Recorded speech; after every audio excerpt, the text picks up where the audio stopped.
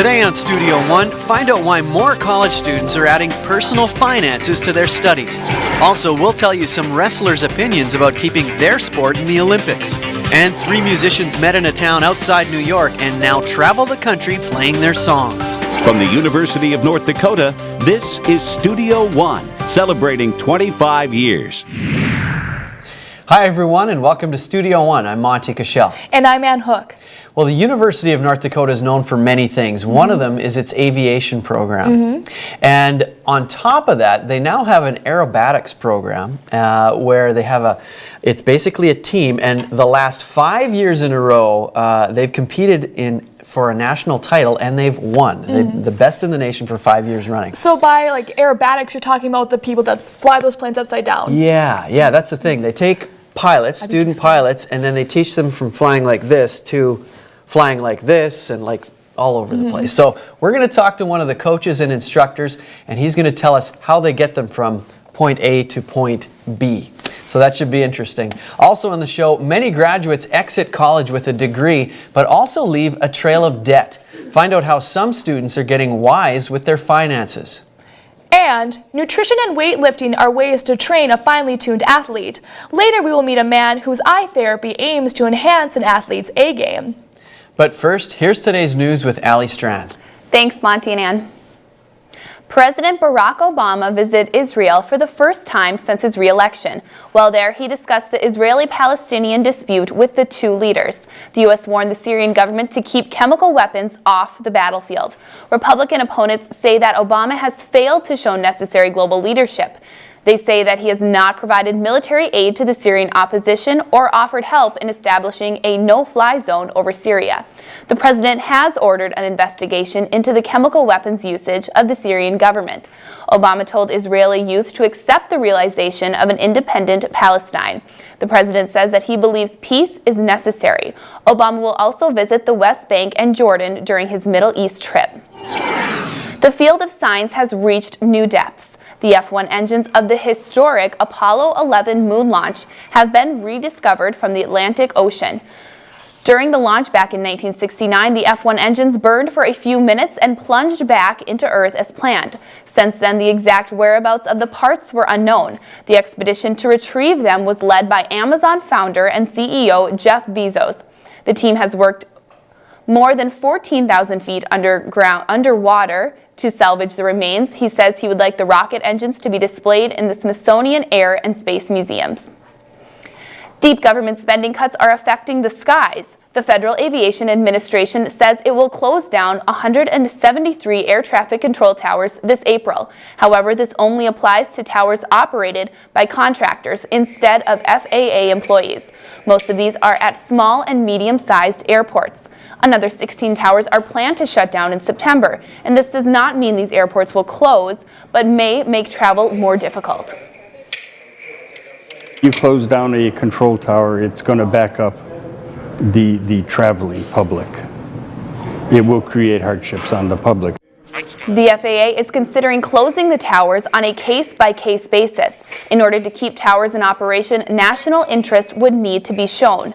The Department of Transportation says on average, contracted towers are cheaper to operate than FAA-operated towers. It's no surprise that many women have a gift for gab. The average woman speaks 20,000 words a day, while the average male says about 7,000. A team of neuroscientists and psychologists at the University of Maryland School of Medicine identified a protein called FOXP2. It is also called the language protein. This protein is more commonly found in women, which may account for the difference in chattiness. The researchers first analyzed FOXP2 levels in young rats before turning their attention to a group of 4- and 5-year-old children. No one can accurately predict the next financial crisis, but some experts say strong evidence shows it doesn't involve the stock exchange, but student loans. Many students are taking on huge amounts of debt to fund their college tuition costs. Little do they know, their future salaries may not be able to cover their loan payments. A recent study done by FICO found the average student loan has jumped by 58% since 2005. they don't realize that they have to pay back how much money later on, and interest grows and grows, and then they could start paying it back actually now when they're in school. The University of North Dakota is one of the latest schools trying to fix this problem. 10% of colleges now have financial wellness offices. It's an opportunity again to sit down with a trained peer who can help you with whatever financial concerns you have. The Financial Wellness Office allows a student to learn about their finances. They are taught how to build their credit along with planning a spending budget. Stress related to finances are repeatedly in the top 10 things that contribute to stress for students. While student loans are on the front line of economic distress in America, some are trying to tackle this problem before it starts. With photographer Jay Millspaugh, I'm Kaylor Newman reporting for Studio One. Students aren't the only ones being affected. The amount that parents are borrowing to pay for their children's education is up by 75% since 2005. And that's the news. Monty and Ann? Thanks a lot, Allie. You know, and college costs, of course, through the years just keep rising and rising and rising as well. So that pressure just increases every year. Well, it's always a good idea to have a nice financial plan. Oh, yeah.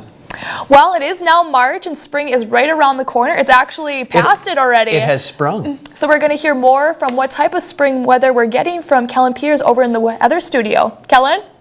That's right, Ann and Monty. We are in the season of March, but what exactly does that entail? Well, there's two different types of springs if we look at. First one we're going to talk about is astronomical spring, and that happened this week, March 21st. And basically what that is, that's when the Earth and the Sun line up where the Sun's rays are mostly directly hitting the equator. Now basically what this means is the northern hemisphere, their days are going to get longer with more sunlight. This is going to happen until June 21st when the summer solstice kicks in. Now the difference between astronomical and meteorological spring is the meteorological goes by every 3 months. So we have March, April, and May. So if we're in the season of spring right now, why is it still cold outside? Well, a lot of it has to do with our good friend, the jet stream. And basically, we do have a model here showing what exactly is going on over the next couple of days. You can see this dark red. That's your area of the strongest winds happening, almost like the strongest part of your channel. And over the next couple of days, not much is really moving, other than it's coming from the Pacific Northwest and going to be moving into the southern part of the United States. And when this happens, not a whole lot of that warm air from the south of the United States can move up. And not a lot of it, and that cold air is going to continue to sink down from Antarctica, Canada, and just kind of drop down into a bowl and really sit here for the next couple of days. You're really going to see this in our temperature outlook. All the areas being affected, it's a large chunk of the United States, from the Rocky Mountains moving out east. It's even affecting the Pacific coast. Now, seeing any precipitation at all in the forecast, looking pretty bland also, as most of the country should be drier than average for this time of the year. But if we are talking about spring, might as well ask you a question about it, right? So what is the average high temperature in North Dakota for the month of March? Our answers are 26 degrees, 30 degrees, 34 degrees, or 38 degrees. Regardless of the answer, Ann and Monty, I sure hope we reach one of those sometime soon. All right, thanks, Kellen. Thank you. Yeah, hopefully late March we get to see some of those green grass Well, and you know spring how it showers. is. Sometimes it's like someone flips a switch and all of a sudden you go from cold to really warm. So that could be coming right around the corner. Well, let's turn now to some sports highlights, and Brian Gendro is here with them. Thanks, Monty and Ann. A bond between father and daughter is important for communication and growth. A new study by Baylor University shows girls who play a sport with their father learn to compete, take risks, and stand up for themselves. When asked to pinpoint the moment their relationship blossomed, women mentioned vacationing and working together. Dads, however, thought playing sports was the biggest turning point. A lot of times it is just me and my daughter going because my wife will stay with the other two. And so you get a lot of one-on-one time, and you do silly little things like you find out what music you like and stuff you don't like that you might not get that opportunity to know about. For some, shooting a basket or coaching their daughter's hockey team discovers a unique bond the girls do not share with their mothers. Other research shows women who have a lower quality relationship with their father are often involved with risky behavior in adolescence. It's now time for the Studio One sports trivia question. In the 1904 Olympics, a heavyweight wrestler was anyone over which weight? There are 4 choices there, and the answer to that one will be coming up later in the show. That's the sports. Monty and Ann? Thanks a lot, Brian. In a new comedy, Tina Fey stars as an admission officer for Princeton University. While on a recruiting visit, her seemingly planned-out life turns upside down. We'll preview that film.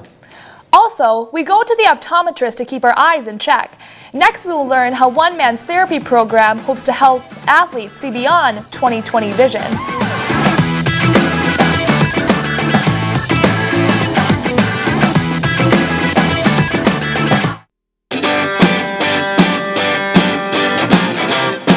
Life is busy, but many professionals are finding ways to advance their career with a Master's in Business Administration at the University of North Dakota. Students attend UND online and on campus.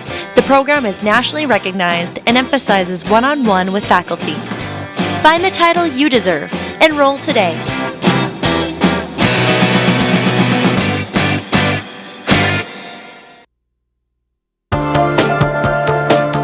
At the University of North Dakota College of Engineering and Mines, classes have real-life application. Mentors guide students. Our work improves quality of life by answering tough questions with creativity and innovation. The University of North Dakota College of Engineering and Mines, training tomorrow's engineering and geology experts today.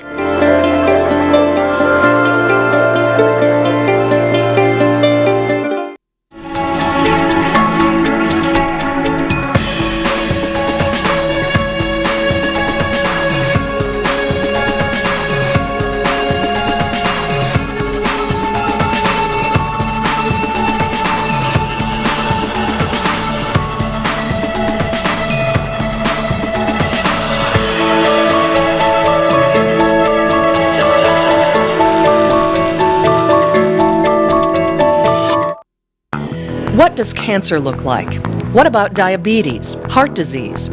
Medical laboratory professionals are a vital link in the treatment of disease and maintenance of health. They investigate clues found in the body that will direct patient care. The University of North Dakota's laboratory science programs are some of the most innovative, far-reaching, fully accredited programs in the nation. The UND School of Medicine and Health Sciences can help you become one of the few who see beneath the surface. This scene is familiar, but you and your friends are at risk. 1 in 3 Americans will die from heart disease or stroke. Think about it, 1 in 3. Every day, more than 2,000 Americans die from cardiovascular disease. The Million Hearts Initiative works to prevent 1 million heart attacks and strokes. Understand the risks, get active, and reduce sodium and trans fats in your diet. It's a silent killer, but now is the time to take control of your health. Learn more about making a heart-healthy future. Your source for news, weather, and entertainment. From the University of North Dakota, this is Studio One. Hand-eye coordination is important to athletes. It is almost crucial to dribble a basketball, shoot a puck, or pitch a baseball. Sports Vision Program Manager Max Miller says his eye therapy improves the visual skills of student athletes in the game as well as in the classroom. Thank you so much for being on the show today. Yeah, thanks for having me. All right, well, to start it off, what is sports vision therapy? We get that question quite a bit all the time. So, the way I like to relate it is much like athletes run and lift to get faster and stronger, what they don't take into effect is 90% of what they're taking in is through their visual system. So we have a whole program set up to increase their visual skills, such as their depth perception, near-far quickness, eye-hand coordination, tracking objects. So those are just a few things to start off. Okay, what is your role in the program? So I'm the program manager, so I assess and train athletes as well. So where does, when you think of an athlete, you think of when it works on nutrition and, trying to lift weights. Where exactly does eyesight fit into that? So a lot of the picture, like I said, 90% of what the athlete is taking in. So we have a whole program set up to increase the athlete's visual skills. So basically we start with an assessment from which we use our Nike SST Spark Century Trainer. And we use that to assess an athlete on 10 different visual skills, and that compares them by their age, sport, and position. So on those 10 different visual skills we go through, then we see where they're lack in certain areas or excel in other areas. Every athlete's completely different. So based upon those results, I sit down with the doctors and we actually make a customized sports vision training program based upon that athlete's sport and position as well.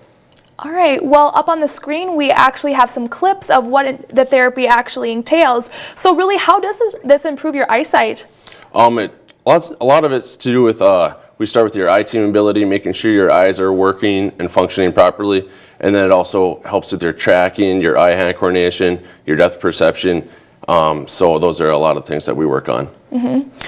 Well, on the table over here, we have some goggles. Yep. And what actually do they do? How do they help our eyesight in sports therapy? These are the Nike Vapor Strobes. So what they actually do is they reduce the amount of visual information the athlete is taking in. So it's really making the athlete hone in on their visual skills, such as their eye-hand coordination, their anticipation, their timing.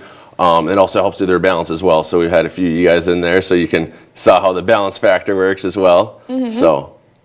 What kind of athletes do you train? Is it more geared toward hockey, baseball, basketball? Is there any, specific type of program? Nope, there's no specific sport, pretty much any sport. So if you want to get that competitive edge over somebody else, our program would be a great thing to start.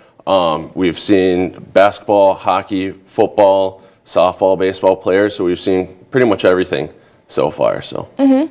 So you track the progress of this, throughout the program of the therapy. How do you determine if it works? Well, the funny thing is, the first time we started the program, me and the doctor sat down, had a conversation. What if we put a kid through the program and they don't get better? We were pretty nervous about that, and everybody we went through, we've never even had that problem come up. So a lot of the time they excel. So it's pretty neat to see that. So. Well, from the clips, it really looks like a computer game. Yeah. So really, how does this program compare than just playing those at home? A lot of this is your reaction time, your eye-hand coordination, especially with the strobes on. We're doing certain drills, and then once the strobes, they just add a whole nother factor to the whole training process. So it's slowing down what the athlete is taking in, and so once you take them off, they're a lot quicker and faster at that certain drill that they'd be doing. What have been some of the results of the athletes who have undergone the program? A lot of the results have been pretty phenomenal. First off, for baseball players, they're able to see the seams on the baseball, and pretty much for every sport, what they've mentioned is the whole game just kind of slows down for them. So it's a lot easier to make quicker and faster decisions. And then the plus side of things is there's a whole another academic side of everything. So a lot of these players, right away what we do in our program is we're working with your eye team ability, making sure your eyes are working and functioning properly. So that just transfers right over the classroom. So it's helping them with their academics and their reading, their comprehension, their attention. So it's definitely helping out, making them a better student as well. Could you give me an example of a success story of someone that's went through the program? Yes, we actually had a 6th grader come in, and his mom just emailed me about a month after the program ended. And he was in 6th grade, and he was reading. He was probably at the bottom. I think he was at the bottom of his class for reading comprehension. And so after the whole program, a month later, his mom emails me, and he's number 1 in his class for reading, and he's actually reading at a 7th grade level. And he plays hockey, and he was the number 1 goal scorer during that time as well. So that's pretty neat to see. Well, I'm sure for you, it's just the greatest reward to actually see that one. So what's the best part of your job? Just seeing the athlete improve, just seeing them day to day, and just the overall effectiveness of the program. Coming in, working hard, have a smile on their face, they're having fun. So it's definitely rewarding to see that. All right. Well, hopefully everything works out and that you continue to be doing this. But other than that, thank you so much for being on the show today. Yeah, thanks for having me. Appreciate it. Coming up, wrestling has been part of the Olympics since ancient times, and now it may be eliminated for good. Find out wrestlers' reaction to this change. Also, the harp, flute, and percussion come together to create beautiful sounds. We'll show you how one trio expresses music from a variety of cultures. All right.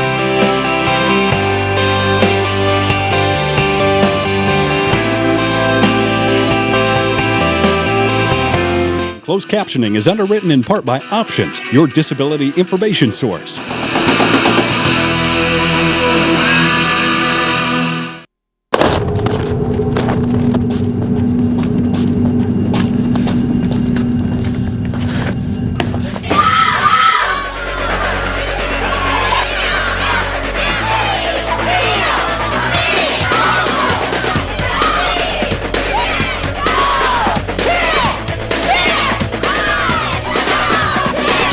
It's not the size of the woman in the fight.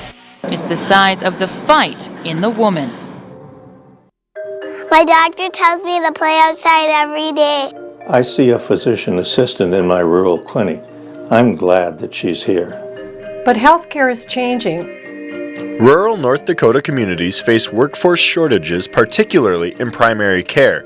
The University of North Dakota School of Medicine and Health Sciences addresses the state's healthcare needs by educating the next generation of healthcare professionals. We advocate for improved health in rural communities. Your future depends on this moment.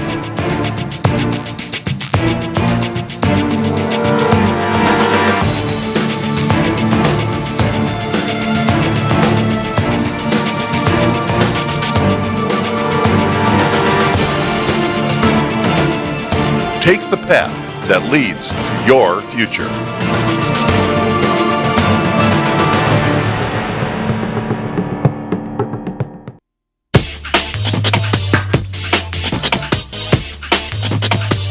The University of North Dakota is a place where students thrive, where personal connections matter, where classmates become friends, where leading scholars become mentors. Experience our expertise. Creative, innovative, entrepreneurial, spirited. This is the University of North Dakota. Sometimes life doesn't always seem to go the way we want it to. The new comedy Admission, starring Tina Fey and Paul Rudd, follows the story of a woman who has her future planned until something from her past changes everything. Portia Nathan has a secret. She hides it behind her domestic life and job as a Princeton University admissions officer. While on a recruiting visit, she meets a special young man named Jeremiah. He may be the son she gave up for adoption years ago. He isn't your conventional student, but he is gifted. However, his college application is far from Ivy League material. Portia finds herself risking her career to help her son. Along the way, she also finds excitement and romance outside of the life she thought she wanted. It's entertaining as a comedy, but it's also, I think, a very heartfelt story at its core about parenthood, kind of, in some ways, and about the sacrifices people make for their children. The film is based on the book published in 2009. The author is married to a university professor. She says she is fascinated by the intense emotion surrounding college applications. Admission is released in theaters on March 22nd with a PG-13 rating. Now it's time to look at the events happening in your area.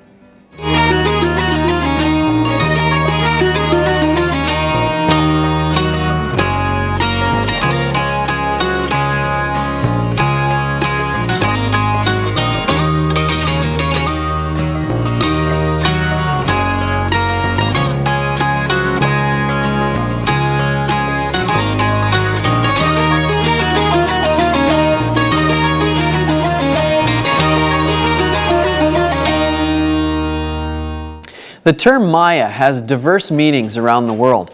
One musical trio chose this name to reflect the philosophy of their performances. Bridget Kibbe's fingers know their way around the harp. She has skills that combine with the sounds of her musical mates.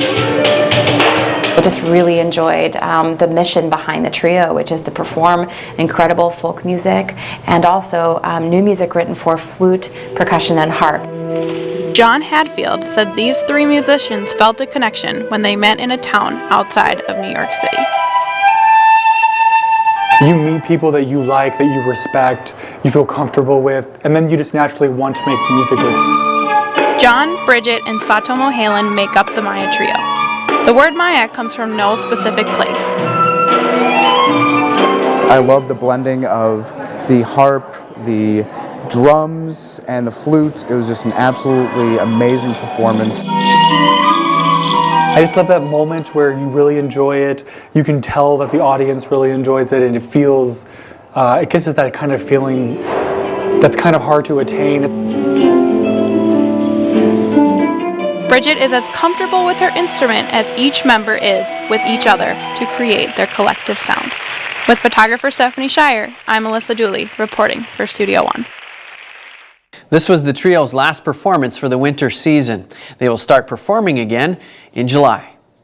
Coming up, many people dream of storm chasing. A program by the National Weather Service allows regular folks to use their passion for the good of the public. That story plus news, sports, and weather in the next half hour of Studio One.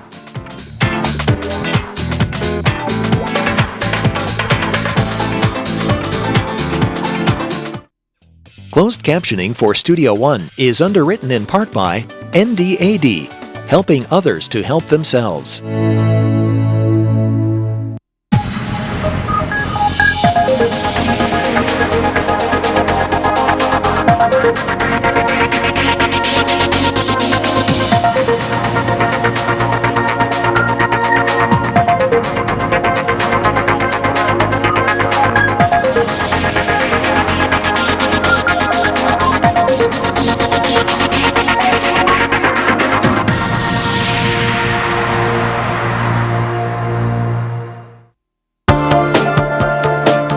At the University of North Dakota College of Engineering and Mines, classes have real-life application. Mentors guide students. Our work improves quality of life by answering tough questions with creativity and innovation.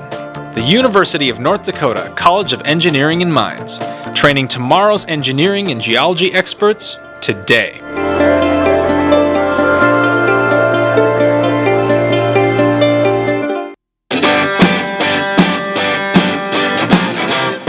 Life is busy, but many professionals are finding ways to advance their career with a Master's in Business Administration at the University of North Dakota. Students attend UND online and on campus. The program is nationally recognized and emphasizes one-on-one with faculty. Find the title you deserve. Enroll today.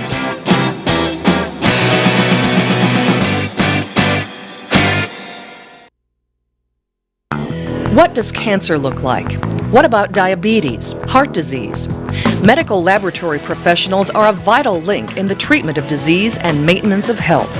They investigate clues found in the body that will direct patient care. The University of North Dakota's laboratory science programs are some of the most innovative, far-reaching, fully accredited programs in the nation. The UND School of Medicine and Health Sciences can help you become one of the few who see beneath the surface. From the University of North Dakota, celebrating 25 years, this is Studio One. Welcome back to Studio One. Thanks for joining us today. Well, depending on what type of food we get, we usually don't like, we like our food more natural. Yeah, you could say that, unless you like eating candy. Which a lot of people do, because that's not completely natural. But I know what you're talking about. It's like when you know where your food is coming from, you feel better about it. And you just have more rest assured that what you're eating is good for you and it's natural. Yeah. But right now they're passing a law in Minnesota, a state bill that's talking about food that's genetically modified and to include that on food labels. Right, and it's up to be possibly passed into a law, and that's a big debate because it's, some people are saying we need to do that to feed the world, and others are saying we don't want to do any of that. But it's all about labeling. They want to know, should we label it? Should it be a law to label that food was genetically modified? I saw somewhere that I think 85% of all corn now is genetically modified. So it's everywhere. So we went out and we really wanted to get your opinion on whether you think that food labels should be included, whether they are genetically modified. All right, so those people's answers are coming up. Also in the next 30 minutes on Studio One, a new pope means a fresh start for many Catholics. Find out how Pope Francis is energizing the church. And we all know the man who is famous for his wordplay. We'll show you how people gather together to celebrate Dr. Seuss's birthday. And it's always nice to be recognized for good work. Later, we will meet an aviation educator who is only one of 30 people in the world to receive a certain distinction. But first, here's today's news with Allie Strand. Thanks, Monty and Ann. Flags flew at half-staff in honor of the 7 U.S. Marines killed at an Army storage depot in Nevada Monday night. The incident involved an explosion during a live fire training exercise at 10 p.m. A 60-millimeter mortar shell exploded in a tube as the Marines were preparing to fire it.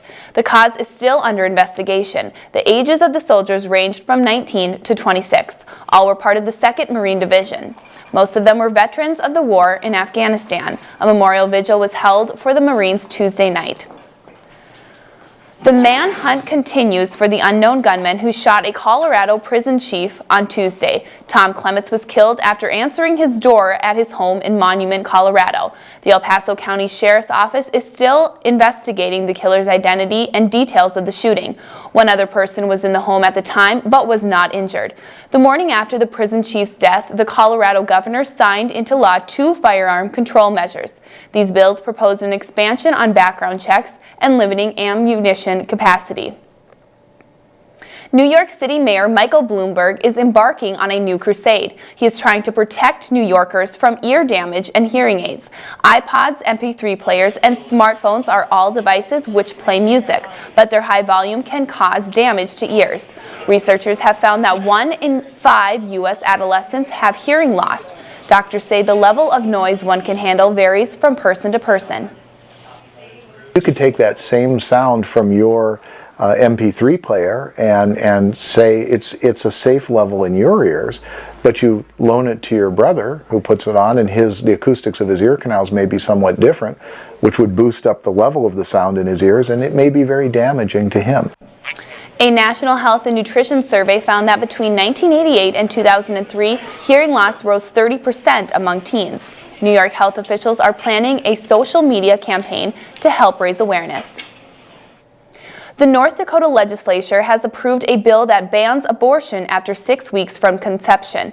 This makes abortion illegal after a heartbeat is detected. Before it can become a state law, it has to be signed by the governor. As of Thursday, Governor Dalrymple has not been formally presented with the bill. When he is, he will have 3 legislative days to sign or veto it. Abortion right groups say the ban is unconstitutional as it violates the Supreme Court's Roe v. Wade precedent. That law specifies an abortion cannot be restricted before viability or when the baby can survive outside the mother's womb. That is generally considered to be 23 to 24 weeks. A change in leadership can leave many on the edge of their seats, or in this case, their pews. After a long process, 1.2 billion Catholics have found a new leader. It has people of the Catholic community talking. The recent change in leadership leaves most excited for the future. I think the new Pope will be great. It was a little shocking when the Pope Benedict stepped down, but I think Pope Francis will be a good change for the Catholic religion. On February 28th, Pope Benedict resigned. Pope Francis emerged as the new leader of the Catholic community after a 24-hour election took place. Many say the new Pope will be a major contribution toward the Catholic community around the world. He is going to call us to radical love. I mean, that's been his history, and I don't see him being any different now in the future. As the Pope, he probably speaks with more authority, and I see him challenging us to use our resources to help one another. For Father Leifer and many others like him, this period of change is exciting. History shows that whenever there is different leadership, some reform takes place. Pope Francis promises to bring some new into the church. I think he's going to challenge us. He's very big on evangelization, taking the gospel of Christ to the world, and then basically laying your life down for your neighbor. Most believe that Pope Francis will serve the Catholic community with justice and bring a new light to the world. Reporting for Studio One, I'm Will Biernat. Pope Francis is the only pope in the history of Latin American heritage. And that's the news. Monty and Ann. Thanks a lot, Allie. Well, it certainly was a spectacle. I mean, media was everywhere during this Pope election. What was it, maybe over 5 centuries it was since the Pope has stepped down from his position? Around that. All right, well, it looks like we're going to learn more about some severe weather over in Mississippi from Kellen in the weather studio. That's right, Anna Monty. That's exactly what happened. A large hailstorm swept through Mississippi earlier this week, and it caused a bunch of damage throughout the area. Now, many residents and businesses were left without power. There were 2 confirmed injuries from the storm, and there was numerous vehicles and homes just damaged by the hail itself, and the storm was strong enough to create a bunch of broken branches off of trees. So looking at this hail, and you can see it's just created quite a mess. So we're going out to Mississippi, seeing exactly where all the areas that were affected. You can see that just a large portion of it right here, almost 14 counties were affected by this storm. They had hail sizes anywhere from a golf ball size to a baseball size. So just imagine that chunk of ice falling to the earth can create quite some damages throughout. Now, over 50,000 insurance claims are expected to be submitted just within the state of Mississippi. Now, we are in the spring season, so it's important to always keep an eye out for severe weather. For some people, storm watching is simply a hobby or passion, but to others in the Grand Forks community, it is a way to help out the National Weather Service. It was more than I expected. They had not only what are you looking for, what do you do, information on, what you do if there's a tornado coming toward you. Every year, people can attend Skywarn, a national program that teaches amateurs how to be professional storm spotters.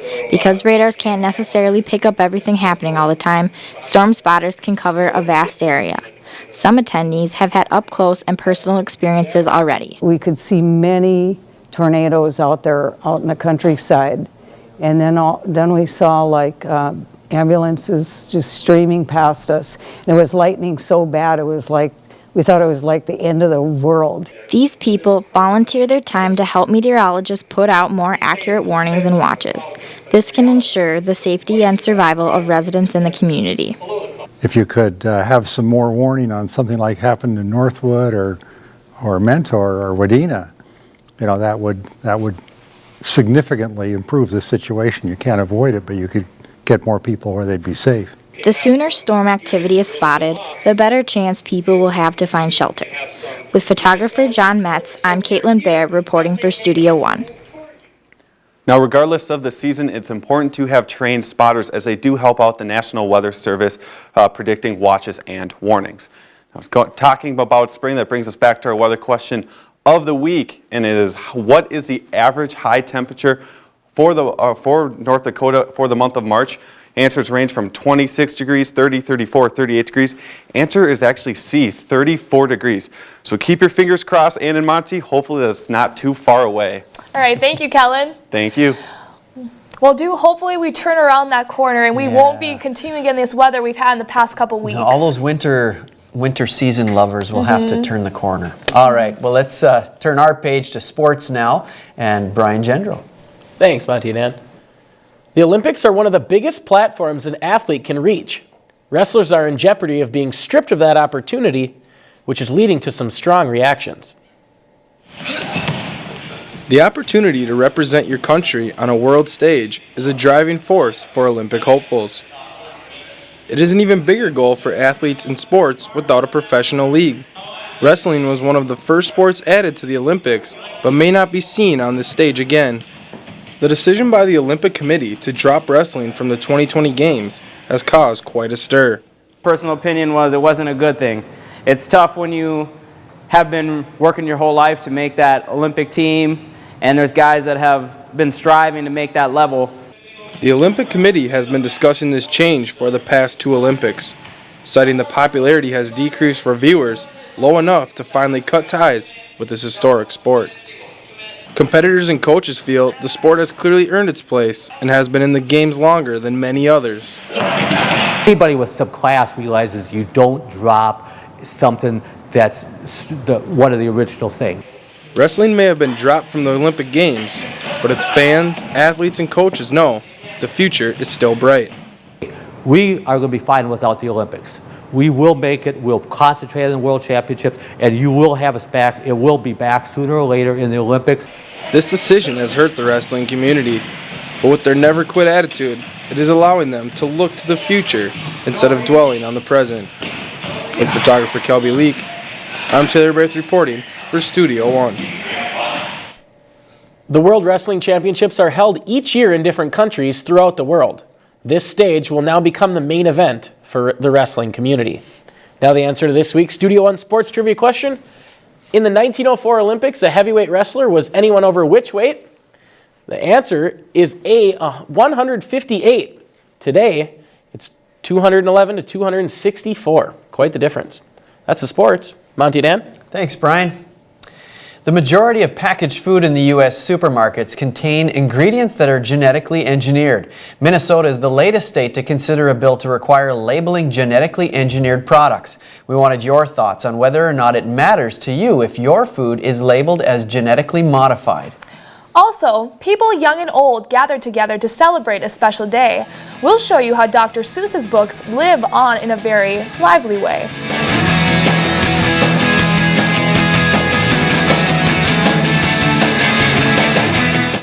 This scene is familiar, but you and your friends are at risk. 1 in 3 Americans will die from heart disease or stroke. Think about it. 1 in 3. Every day, more than 2,000 Americans die from cardiovascular disease. The Million Hearts Initiative works to prevent 1 million heart attacks and strokes. Understand the risks, get active, and reduce sodium and trans fats in your diet. It's a silent killer, but now is the time to take control of your health. Learn more about making a heart-healthy future.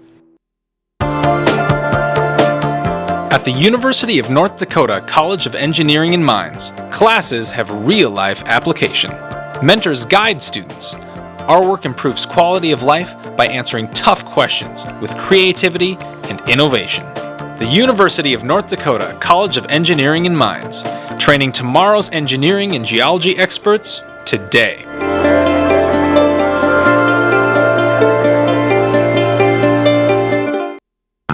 What does cancer look like? What about diabetes, heart disease? Medical laboratory professionals are a vital link in the treatment of disease and maintenance of health. They investigate clues found in the body that will direct patient care. The University of North Dakota's laboratory science programs are some of the most innovative, far-reaching, fully accredited programs in the nation.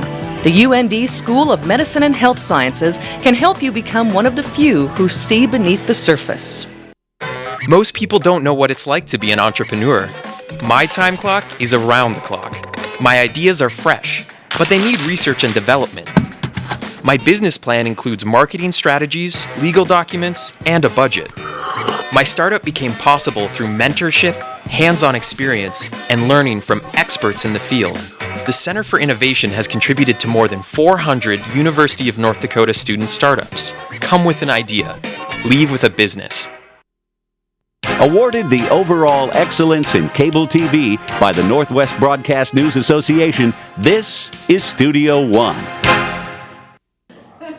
Some stories get abandoned on shelves as they become old, but some are just classic and will always be told. I won't wait, said the On a morning very cold, the people, both young and old, went to where the books were sold to hear their favorite childhood stories be told. Very slowly, the whole procession backed down the street until National Read Across America Day happens every year, and in 2013, it was Dr. Seuss you would hear. Ooh, winky bus, tinky bus, fortitude clay. We missed out on it last year. I was doing something else, I think, and I really wanted to do something. And the fact that it was a Dr. Seuss book, and I love Dr. Seuss. Who doesn't love Dr. Seuss? You know, you grow up reading with him. And those from the community came to help with the show, to see the children's faces light up with a glow. It's just like reading the book makes you feel young again, and just reading to the little kids, just seeing their excitement on their face too is just, it's a great feeling. The excitement is in every page, one just has to look. But everyone looks in their own favorite book. Well, my favorite when I was little growing up was Cat in the Hat, just because I just read that one most of the time.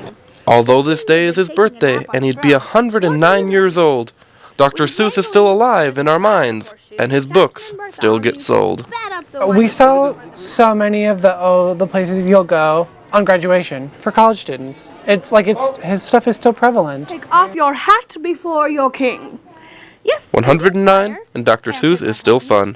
Tim Ullman reporting for Studio One. Take off my hat before my king.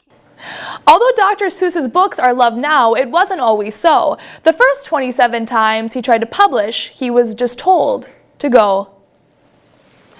Many people are unaware of what food ingredients they often put in their bodies. A proposed bill in the Minnesota legislature aims to clarify food labeling.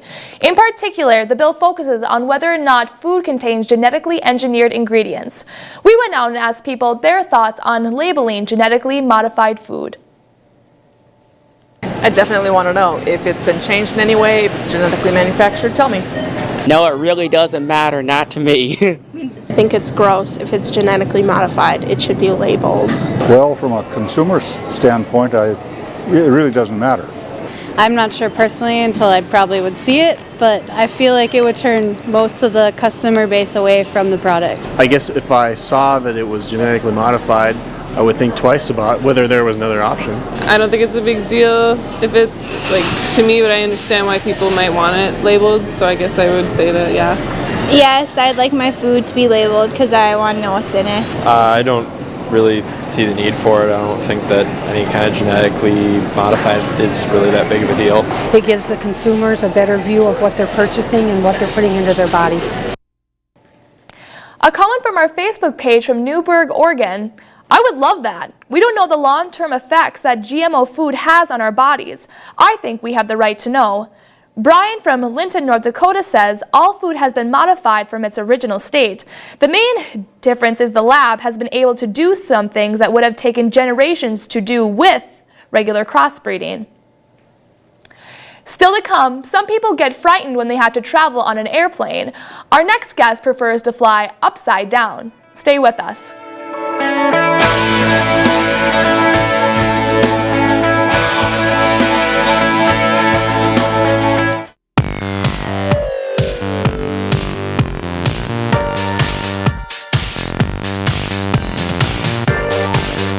Studio One is a television show produced by students at the University of North Dakota. You can be a part of the graphics team, the marketing team, news team, programming team, production team. Training never ends. You get to produce guests, you get to do the reporting side of it. It's really worth the experience. You will not regret it.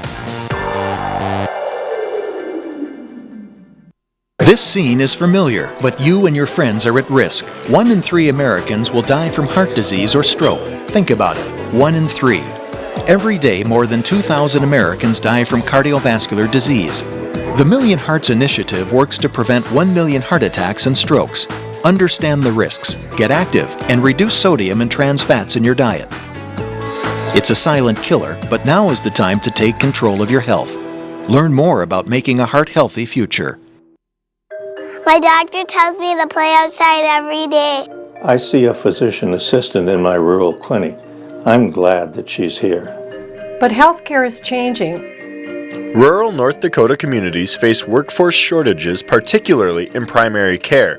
The University of North Dakota School of Medicine and Health Sciences addresses the state's healthcare needs by educating the next generation of healthcare professionals. We advocate for improved health in rural communities.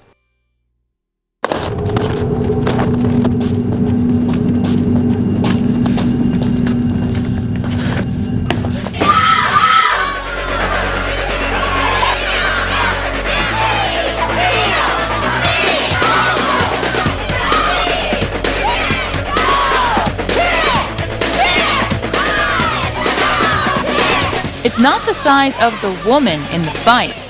It's the size of the fight in the woman.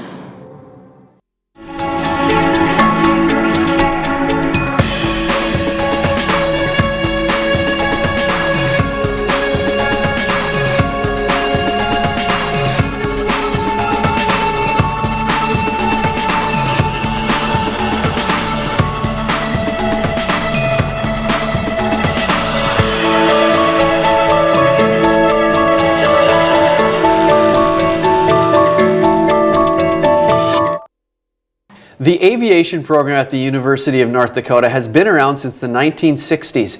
Recently, the school added an aerobatic class to its list. Aerobatic pilot and instructor Michael Lentz is here to talk about the program. Thanks for coming on the show today. Oh, thanks for having me. Well, first of all, I talked about this earlier in the show. You recently received an accreditation that only 30 other educators in the world have. Explain what that is. Let's see, it's a Master CFI accreditation, which is a little more popular, but the rare part of it is it's also for aerobatics. And that's where there's only about 30 people in the world that have this accreditation. Why is that so rare? It's kind of a harder accreditation to get because there's a lot of different skills you have to show and a lot of different services and activities you have to do to just earn that accreditation. Okay, well, congratulations first of all on that. Now on to the program. Explain what aerobatics actually is? Yeah, well, aerobatics is basically taking things outside the normal realm of flying. We're used to seeing or experiencing airlines where we climb, you cruise, and you hold level, and then you descend. But aerobatics is taken outside that normal part where we're looking at more of a free flight or all attitude flight. When people think about flying, young children, and a lot of us think of birds and air shows, and that's basically what aerobatics is. It's just encompassing the whole experience. Well, and your aerobatics team is doing very well. In the last 5 years, it's won a national competition. Right. And is it against other schools? Is that how that works? Yep. When we go to a contest, we compete against airline pilots and corporate pilots and anyone who has an aircraft that's there. And so even we have a couple guys that go against air show guys, which is kind of fun to see and watch. But then those scores are taken and compiled together, and then they're compared to other colleges and schools. Okay. And your role as a coach and instructor, what exactly do you do? Well, generally I make sure everything's organized, and then I also lecture and teach the ground school, and then I fly with all the students and many of the students that compete to just hone their skills down so they can get the presentation where they want it, make the aircraft do exactly what they want it to do. Okay. And we're looking at some pictures of the aircraft. How is this aircraft different than, I guess, can I say a normal plane? Yeah, normal would work.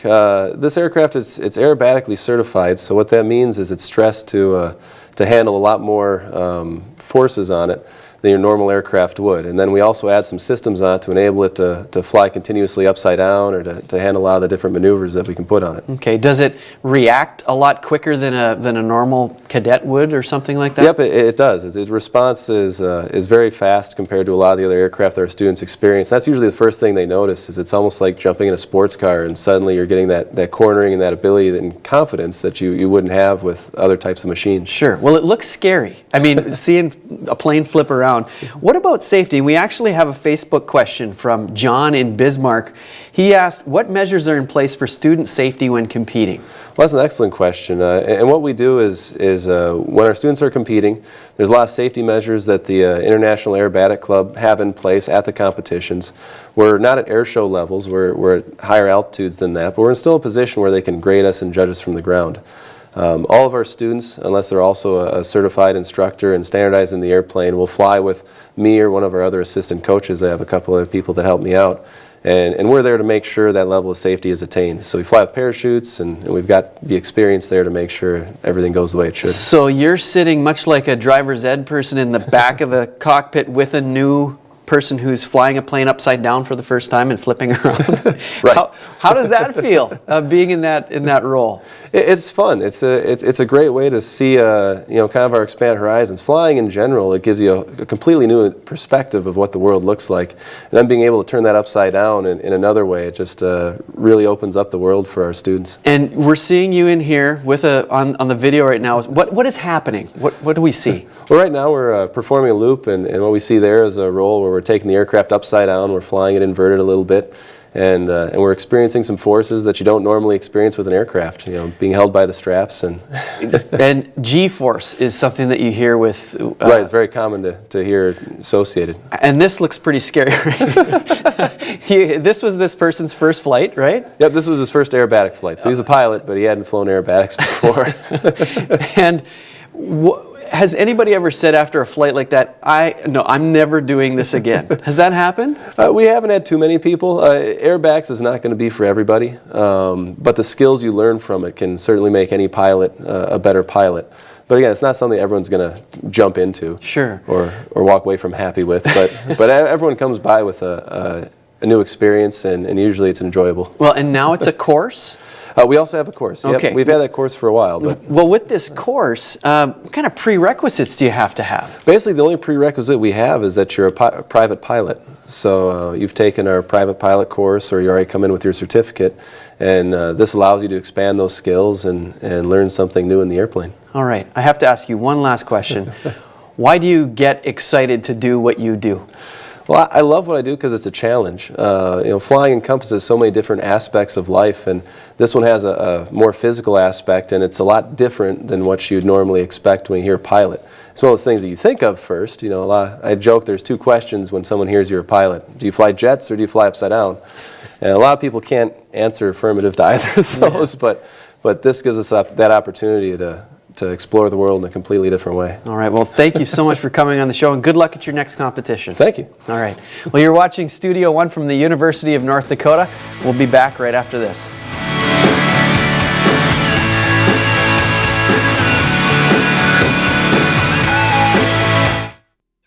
Closed captioning for Studio One is underwritten in part by NDAD, helping others to help themselves.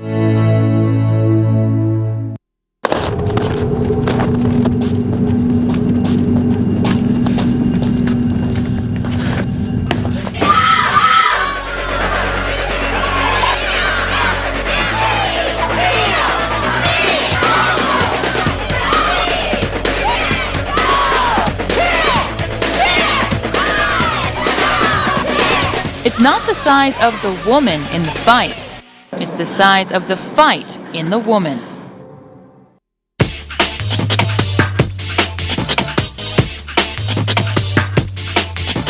The University of North Dakota is a place where students thrive, where they learn from leading experts, share in discoveries and create knowledge.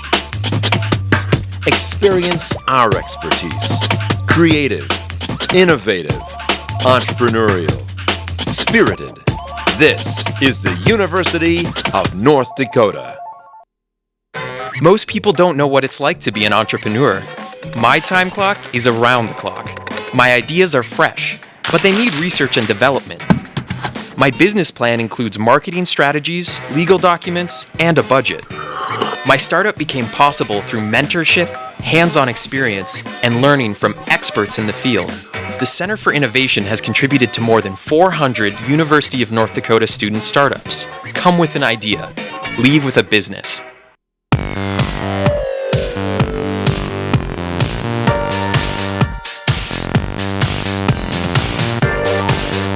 Studio One is a television show produced by students at the University of North Dakota. You can be a part of the graphics team, the marketing team, news team, programming team, production team. Training never ends. You get to produce guests, you get to do the reporting side of it. It's really worth the experience. You will not regret it.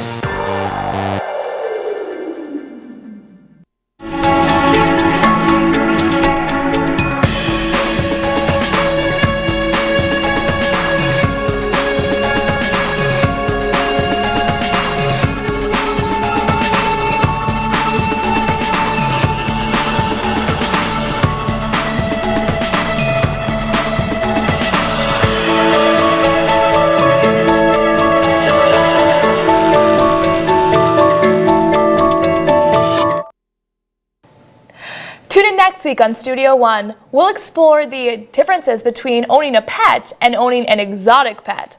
Plus, we'll have other news and entertainment stories for you. I think I smell gasoline and exhaust. Yeah? Uh-oh. Well, we're going to leave you now with pictures of a monster truck rally. From all of us here at Studio One, have a great week.